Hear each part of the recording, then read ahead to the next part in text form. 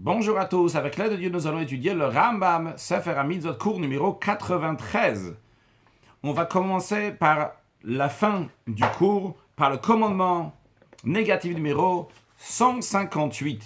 L'interdiction qui est donnée au Kohen, au prêtre, de se marier avec une zona. C'est quoi une zona?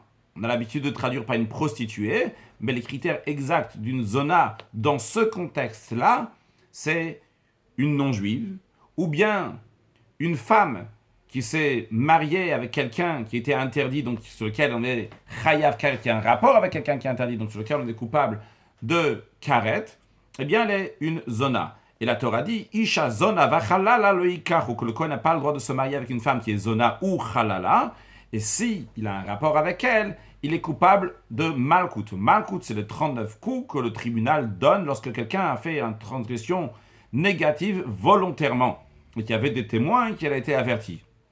Donc, qu'est-ce qu'on voit ici? Le Kohen n'a pas le droit de se marier avec elle. Quand on dit se marier, c'est ce que la Torah dit, donc lo yikaru, l'expression de ikaru qui veut dire ils vont prendre, ça veut dire faire le fiançailles, ce qu'on appelle en hébreu le kiddushin, en tout cas donc se marier avec elle. Mais même s'il est marié avec elle, tant qu'il n'a pas eu de rapport avec cette femme, il ne va pas recevoir le 39 coups. Donc en d'autres mots, l'interdiction, elle est de se marier avec cette femme, mais quand est-ce qu'il va recevoir 39 coups? Uniquement s'il va avoir un rapport avec elle. Il en est de même pour le commandement négatif numéro 159, l'interdiction qu'un Kohen n'a pas le droit de se marier avec une chalala. Une chalala, c'est une fille qui est née d'un rapport interdit d'un Kohen, donc un Kohen qui était kasher, qui s'est marié par exemple avec une convertie, ou bien qui s'est marié avec une femme divorcée. L'enfant, il est halal. La fille, elle est halala, littéralement, qui veut dire profane. Donc un Kohen n'a pas le droit de se marier avec une femme qui est profane. Une femme peut devenir aussi profane par le fait qu'un Kohen qui n'a pas le droit de se marier avec elle, un Kohen qui est halal, a un rapport avec elle, elle devient aussi donc halala. En tous les cas, donc un Kohen n'a pas le droit de se marier avec une halala, comme le verset dit, Isha zona va halala, qu'une femme qui est zona et halala, le Kohen lo yikaru va pas prendre. S'il a eu un rapport avec elle, eh bien, il est coupable de malkout des 39 coups. Commandement négatif numéro 160, l'interdiction à un Kohen de se marier avec une grousha, avec une divorcée. Comme la Torah dit, Isha grousha me isha lo yikaru. Une femme qui a été divorcée de son mari, les Kohanim n'ont pas le droit de se marier avec elle. Et s'il a eu un rapport, donc s'il s'est marié avec elle et après il a eu un rapport, donc il va avoir un rapport, eh bien il sera coupable de malkout, il se reçoit de 39 coups. Encore une fois, qu'est-ce qu'on voit ici dans ces trois interdictions du Kohen, qui est pour le Kohen ordinaire, qui n'a pas le droit de se marier ni avec une zona, ni avec une chalala, ni avec une grousha. L'interdiction c'est de se marier. S'il va avoir un rapport avec elle, à ce moment-là, il va recevoir le 39 coups.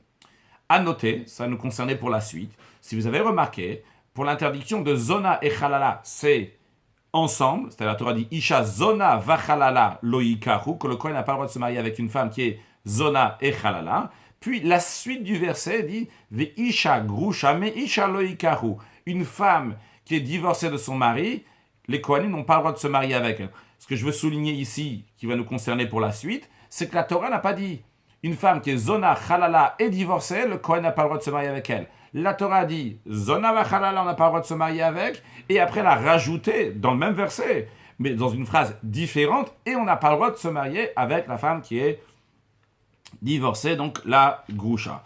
Maintenant, passons comme au début du cours, qui est donc le commandement négatif du numéro 161, qui vient à la suite donc des commandements du Kohen idiot ordinaire.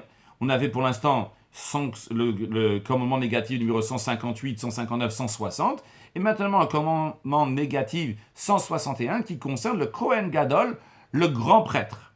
Le grand prêtre a encore une interdiction. En plus donc des femmes que nous avons vues jusqu'à présent, donc la zona, halala et la divorcée, le Kohen Gadol n'a pas le droit de se marier avec une almana, avec une veuve. Comme nous allons voir dans la suite, dans le prochain commandement qu'on va voir après, bien après, donc le commandement 162, après la longue explication du Rambam dans le commandement 161, on verra que le Kohen Gadol a deux interdictions. Aussi bien de se marier avec cette femme, donc le fait qui se marie, c'est déjà interdit. Et en plus de ça, s'il va avoir un rapport avec elle à la suite, ça sera encore une autre interdiction. Donc, et le Kohen Gadol a ces deux interdictions, aussi bien de se marier, aussi bien d'avoir un rapport, pour cette femme qui est almana, qui est veuve. Ce qui n'est pas le cas pour les autres Kohen, c'est uniquement pour le Kohen Gadol, comme la Torah dit, en ce qui concerne le Kohen Gadol, almana ou grusha vachala la zona etel eloikar. Ces quatre femmes-là, donc la veuve, la divorcée, la chalala et la zona, le Kohen Gadol n'a pas le droit de se marier avec elle. La Torah répète cette interdiction dans le Kohen Gadol en ce qui concerne la divorcée, la chalala et la zona, vu que c'est déjà interdit à un Kohen ordinaire, c'est aussi interdit au grand prêtre. Mais la Torah le répète lorsqu'elle parle au Kohen Gadol. Pourquoi la Torah elle répète ça pour le Kohen Gadol, pour le grand prêtre? Eh bien, c'est pour nous dire que si il y a une femme qui était veuve, après cette femme-là, elle est devenue divorcée, elle s'est mariée, elle a divorcé. Après, cette femme est devenue halala. Après, cette femme, elle est devenue zona. Donc, l'une après l'autre, dans cet ordre-là, particulièrement, ça doit être dans cet ordre-là, eh bien, dans ces cas-là, le Kohen Gadol, lorsqu'il va avoir un rapport avec elle, eh bien, il va être coupable 4 fois de malkout, 4 fois les 39 coups de bastonnade. Alors, il faut savoir, le Ram nous dit qu'il y a une interdiction qui s'appelle En Isur Mosif al Isur. Quand il y a quelque chose qui est déjà interdit, eh bien, l'interdiction ne peut pas se rajouter sur l'interdit. Ici, nous avons une femme qui est déjà interdite au Kohen Gadol, au grand prêtre, vu qu'elle est veuve. Alors après, lorsqu'on te rajoute encore une interdiction, qu'elle s'est divorcée, après elle est aussi halal, après elle est zona, pourquoi on dit que ça va être rajouté encore l'interdiction? Le Rambam nous dit qu'il y a des exceptions à cette règle. Il y a 3 exceptions. Ce qui nous concerne, c'est l'exception, elle est parce que c'est un isur mosif. C'est une interdiction qui rajoute. C'est-à-dire, cette femme, quand elle était veuve, elle était déjà interdite au Kohen Gadol. Puis après, lorsque elle est devenue divorcée, il y a une nouvelle interdiction qui est venue ici, qui est l'interdit pas seulement au Kohen Gadol, même au Kohen Idiot, au Kohen ordinaire. Et ainsi de suite, il y a d'autres interdictions qui se rajoutent sur cette femme lorsqu'elle devient halala, d'autres interdictions qui se rajoutent sur cette femme lorsqu'elle devient zona. Donc c'est un issour qui est mosif, qui rajoute, et lorsque c'est un issour, c'est une interdiction qui se rajoute, eh bien, la règle qu'un issour mosif al issour, qu'un issour ne vient pas, un issour halal issour, qu'une interdiction ne se met pas sur quelque chose qui est déjà interdit, ne s'applique pas. Le Rambam nous dit qu'il y a encore en plus de issour mosif, donc il y a une exception, il y a encore 2 autres cas dans lesquels cette règle de en issour halal issour, qu'une interdiction ne s'applique pas sur quelque chose qui est déjà interdit. Il y a encore 2 exceptions. Quelles sont ces 2 exceptions? Si c'est Isur bat achat, et si c'est un Isur qui est kolel. C'est-à-dire, le Rambam ici n'explique pas, mais on va le partager ensemble, en donnant un exemple. Qu'est-ce que ça veut dire Isur bat achat, une interdiction en une seule fois? Imaginons quelqu'un qui fait un travail pendant Shabbat, et c'est aussi Yom Kippour. Ce travail-là est interdit de le faire aussi bien Shabbat, et aussi bien Yom Kippour. Est-ce que cette personne a transgressé 2 interdits? La réponse, elle est oui. Parce que l'interdiction va achat en même temps, quand il est en train de faire cette interdiction-là, c'est aussi bien l'interdiction donc, de Kippour, et aussi bien l'interdiction de Shabbat. Encore, en ce qui concerne donc, l'exception, la 3e exception, lorsque c'est un issour qui est kolel, donc qui englobe, le Rambam n'explique pas, mais on va donner un exemple. Par exemple, quelqu'un il a dit, je ne vais pas manger ce morceau de pain aujourd'hui. Puis après, il a dit, je ne vais pas manger ce morceau de pain toute ma vie. Eh bien, cette personne-là, donc, elle a fait...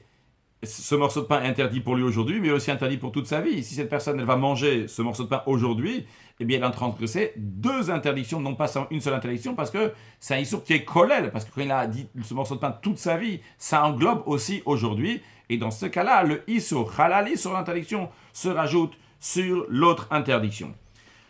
Puis le Rambam après nous dit, a priori tu pourrais demander une question, nous avons une règle, qu'on ne reçoit pas malkout, donc les 39 coups, si c'est une interdiction qui est généralisée. Ici, a priori, c'est une interdiction qui est généralisée. Le Kohen Gadol, dans un seul verset, on nous dit qu'il n'a pas le droit de se marier avec une almana, avec une femme veuve, avec une divorcée, avec une halal, avec une zona. C'est dans un seul verset. Alors le Ram nous dit, non. La raison pourquoi il va recevoir 4 fois malkout, c'est parce que la Torah, elle répète cette interdiction dans le Kohen Gadol. Qu'est-ce que ça veut dire la Torah, elle répète l'interdiction dans le Kohen Gadol? C'est parce qu'il était déjà interdit, en tant que Kohen tout court, de se marier avec une divorcée, de se marier avec une halala ou avec une zona. La Torah, elle répète chez le Kohen Gadol, eh bien pour nous dire que le Kohen Gadol, sa loi, elle est comme le Kohen Hediot, comme le Kohen ordinaire. Et alors, Le Kohen ordinaire aussi, lorsque lui, s'il va avoir un rapport avec une femme qui est Zona et qui est après devenue, qui est une femme qui était divorcée, après qui est devenue Zona, Halala et après elle est devenue Zona, eh bien, il va recevoir 3 fois Malkout. Pourquoi? Pourtant, le Kohen Hediot aussi, on trouve dans un verset, la Torah dit Isha Zona va Halala lo ikachu, qu'une femme qui est Zona et Halala, il ne va pas prendre, vi Isha Grusha me Isha lo ikachu, et la femme qui a été divorcée de son mari, ils n'ont pas le droit de se marier. Mais justement, dans le verset que nous venons de citer, on voit que la Torah, elle a séparé. Elle a mis de côté la femme divorcée, alors qu'elle aurait pu le mettre ensemble. Comme nous l'avons mentionné tout à l'heure, le verset dit le Kohen ordinaire ne va pas se marier avec une femme qui est Zona ou Halala, et il ne va pas se marier avec une femme qui est divorcée. La Torah aurait pu dire il n'a pas le droit de se marier avec une femme qui est Zona, Halala ou divorcée. Pourquoi la Torah a séparé la divorcée? C'est pour nous dire, de la même manière que si cette femme-là, elle était Zona et Halala, et en plus divorcée, c'est 2 interdits différents, et bien aussi en ce qui concerne la Zona et la Halala, ce sont 2 interdits différents, et donc il va recevoir Malkout les 39 coups. Individuellement, le Kohen Hediot, le Kohen ordinaire, s'il a un rapport avec une femme qui était divorcée, qui était Halala, qui était Zona, eh bien il recevra 3 fois Malkout. Eh bien il en est de même aussi pour le Kohen Gadol, pour le grand prêtre, en ce qui concerne la femme qui est veuve, qu'il va recevoir donc 4 fois Malkout s'il a transgressé. Et comme le traité, donc le Talmud dit dans Kiddushin, de même que pour le Kohen ordinaire, la divorcée et la Halala Zona sont différentes l'une de l'autre, ça sont différentes interdictions, de la même manière aussi, c'est interdit pour le Kohen Gadol, c'est-à-dire que si c'est une veuve divorcée, Halala et Zona, il aura transgressé 4 fois. Et il en est évident que s'il s'agit des femmes qui sont différentes, c'est-à-dire il s'est marié avec une divorcée, avec une halala, avec une zona, avec une alma, avec une veuve, etc. Et bien que ça soit en ordre, que ce soit en désordre, évidemment, qui va être coupable pour chacune d'eux, donc de malkout, de la bastonnade. Le Rambam nous dit que dans le traité Kiddushin aussi, on nous explique que le Kohen Hediot, le Kohen ordinaire, il est coupable de malkout, il reçoit la bastonnade, uniquement s'il se marie avec elle, mais après il a eu un rapport aussi avec elle. C'est pas suffisant juste qu'il va se marier sans avoir de rapport, il faut absolument qu'il ait un rapport pour recevoir les 39 coups. Et c'est ce que le Talmud dit. Si Baal Loke, s'il a eu un rapport à son là, il reçoit les 39 coups. Si Lobal, s'il n'a pas eu de rapport, il ne reçoit pas les 39 coups. Quel est le raisonnement qu'il y a derrière ça? Parce que la Torah dit, Loyikar, que le Kohen ordinaire n'a pas le droit de se marier avec ces femmes-là. Mais dans le verset juste avant, le verset il dit Lo yechalel, que le Kohen ordinaire n'a pas le droit de profaner sa sainteté. Donc c'est-à-dire que quelle est la raison pourquoi on dit qu'il n'a pas le droit de se marier avec ces femmes? C'est Lo yechalel, pour pas profaner cette femme, pas profaner la descendance. Dans tous les cas, ça c'est uniquement s'il va se marier, s'il va avoir un rapport avec elle, à ce moment-là, il va faire du halal, donc rendre cette femme halala. Eh bien, c'est déjà halal la descendance, alors à ce moment-là, il recevra ses 39 coups, et ces 4 mitzvot dans toute leur totalité ont été expliqués dans le traité Yebamot et Kiddushin. Commandement négatif numéro 162, toujours en ce qui concerne le Kohen Gadol, le grand prêtre, il n'a pas le droit d'avoir un rapport avec, donc en plus de ce qu'on a vu avant dans le commandement négatif 161, que le Kohen Gadol, le grand prêtre, n'a pas le droit de se marier avec une veuve. Ici, on a la deuxième interdiction en ce qui concerne la veuve, d'avoir un rapport avec la veuve, même s'il ne fait pas de kiddushin, même s'il ne s'est pas marié avec elle. Et comme la Torah dit à propos du grand prêtre, Velo Yechal el Zarobe Amar, qui n'a pas profané sa descendance, c'est-à-dire, en ce qui concerne le Kohen Hediot, le Kohen ordinaire, ce que la Torah dit clairement, ce qui lui interdit, c'est le mariage. Comme il y a écrit Loïkach, on l'a mentionné juste avant. Donc c'est l'ikuchin, cette expression de prendre, c'est le kiddushin, c'est le mariage. Mais, comme nous l'avons dit, il ne reçoit pas les bastoutanes de 39 coups jusqu'à qu'il va avoir un rapport avec ces femmes-là. Maintenant, si ce Kohen Hediot, ce Kohen ordinaire, il a eu un rapport, mais il ne s'est pas marié avec cette femme, juste avoir un rapport, bien que c'est interdit, et bien qu'il n'a pas le droit de le faire, et il la rend, d'ailleurs, pas soul, il la rend invalide. Maintenant, cette femme-là ne peut pas se marier avec un Kohen, avec un prêtre, parce qu'elle était interdite à lui. Donc, si le Kohen il a un rapport avec une femme qui lui est interdit parce qu'il est Kohen, eh bien, il la rend halala, cette femme. Mais quand même, il ne va pas recevoir les 39 coups, il ne va pas recevoir le malkout. Pourquoi? Parce que ça n'a pas été dit clairement dans la Torah, cet avertissement. Mais en ce qui concerne, ça c'est en ce qui concerne le Kohen Hediot, le Kohen ordinaire. Mais en ce qui concerne le grand prêtre, la Torah dit clairement deux interdits.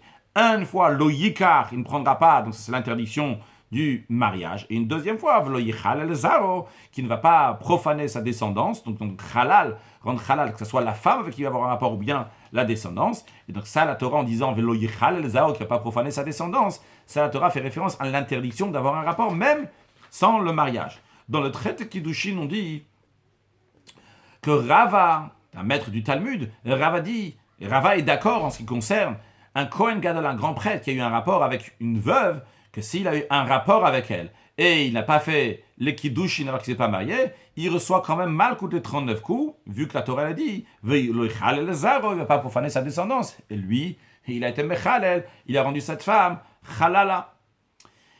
Là-bas aussi, il est dit qu'un Kohen Gadol, un grand prêtre, avec une almana, une veuve, il reçoit 2 fois les 39 coups. Premièrement, il reçoit les 39 coups pour s'être marié avec elle, dans le cas où il s'est marié, évidemment. Et deuxièmement, parce que l'oye chalel, parce qu'il est profane en ayant un rapport.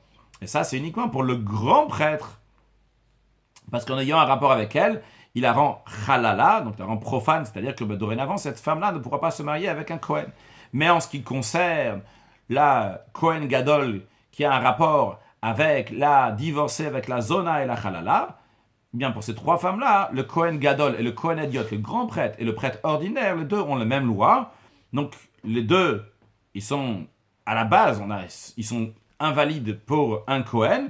Et la Torah, elle a répété l'interdiction de Grusha, la divorcée, zona chalala, c'est uniquement comme on a mentionné avant, que si le Kohen, le Kohen il a eu un rapport avec une femme qui était au début divorcée, après elle était halala, après elle était zona, eh bien il va recevoir 3 fois les 39 coups. Et si c'était le Kohen, s'il était au début veuve, après divorcée, après halala, après zona, il recevra 4 fois les 39 coups. Et on conclut avec le commandement positif numéro 38, l'ordre que le Kohen Gadol va se marier avec une jeune fille vierge. Une jeune fille vierge, c'est une fille qui a entre 12 ans et 12 ans et demi, qui est dans sa virginité. Et comme la Torah dit, Vehu Isha Bivtulea Ikach, il va prendre une femme avec sa virginité. Et le Rambam ramène une preuve du traité Ktuvot dans lequel il y a écrit là-bas que Rabbi Akiva faisait un mamzer, même des interdits positifs. Expliquons qu'est-ce que cela veut dire. Un mamzer, c'est quelqu'un qui est né d'une relation illicite. Donc si un homme a eu un rapport avec une femme sur laquelle il est coupable de retranchement.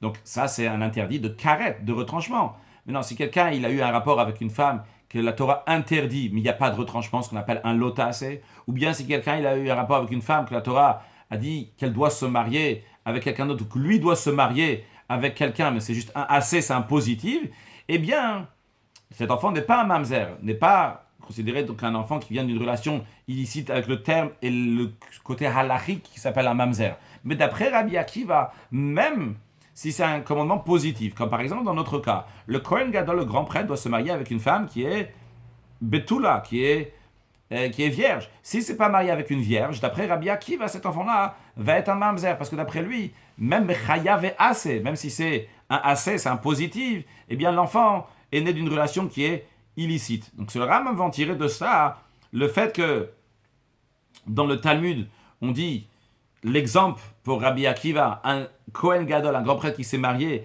avec une femme qui n'est pas betula, qui n'est pas vierge, donc c'est interdit pour lui, c'est un assez, c'est un commandement positif pour le Kohen Gadol de se marier avec cette femme-là. Mais pourtant, s'il s'est marié avec une autre, bien que c'était un assez de se marier, un positif de se marier avec une fille qui est vierge, eh bien l'enfant va être un mamzer. Donc le Rambam va en tirer de cela que c'est un commandement positif et que le Kohen Gadol doit se marier avec une fille qui est vierge.